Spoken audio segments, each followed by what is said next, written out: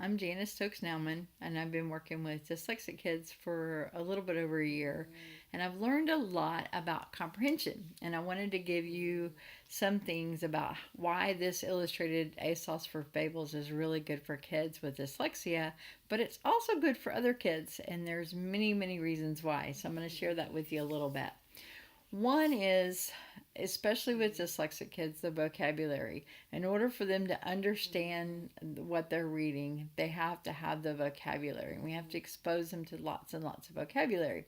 So, this book is full of vocabulary that is not normally used in everyday language. For example, in the first story called The Fox and the Crow, as you go through the story, there's the word swoop, which is not a very common word that you will see. There's a word sleek. What does that mean? And then there's also the word cunning, meaning that you can have a big discussion about what is a synonym for cunning and what does that mean.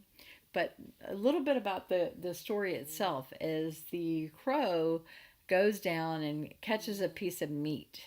And then and one of the vocabulary words is brandishing, taking his brand, thinking he's the best of the best. He's showing off this piece of meat. And then the fox looks at him and thought, I sure would like that meat. And he's got tricks up his sleeve.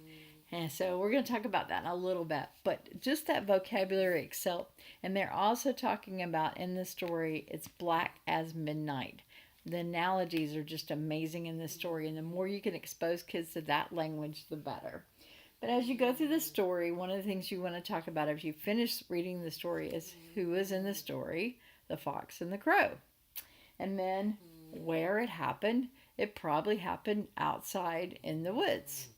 And when it happened, probably during the day, at least from what we can tell in the story, it's probably during the day. Well, what happened in the story and why did it end up? What happened with the most important men?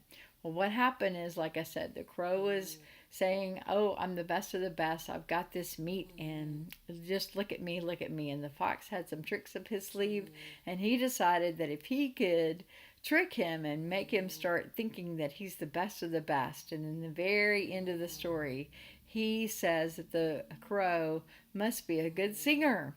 So, what happens is that the crow opens his mouth, and when he opens his mouth, guess what falls out of the mouth? The meat that he's collected. So, he dropped that meat, and guess what? Fox got the meat. So, that's how the story ended. And you can talk with your child about why did the author write the story and why did the most important event happen. Well, in the end, maybe the crow had learned not to brag about everything as much, right? And that could have been a purpose of what the reason the author wrote the story. So this is a great introduction for kids who are struggling with reading. You can summarize it really quickly, but the vocabulary and the analogies that are throughout this book are just fabulous. So thanks again for watching.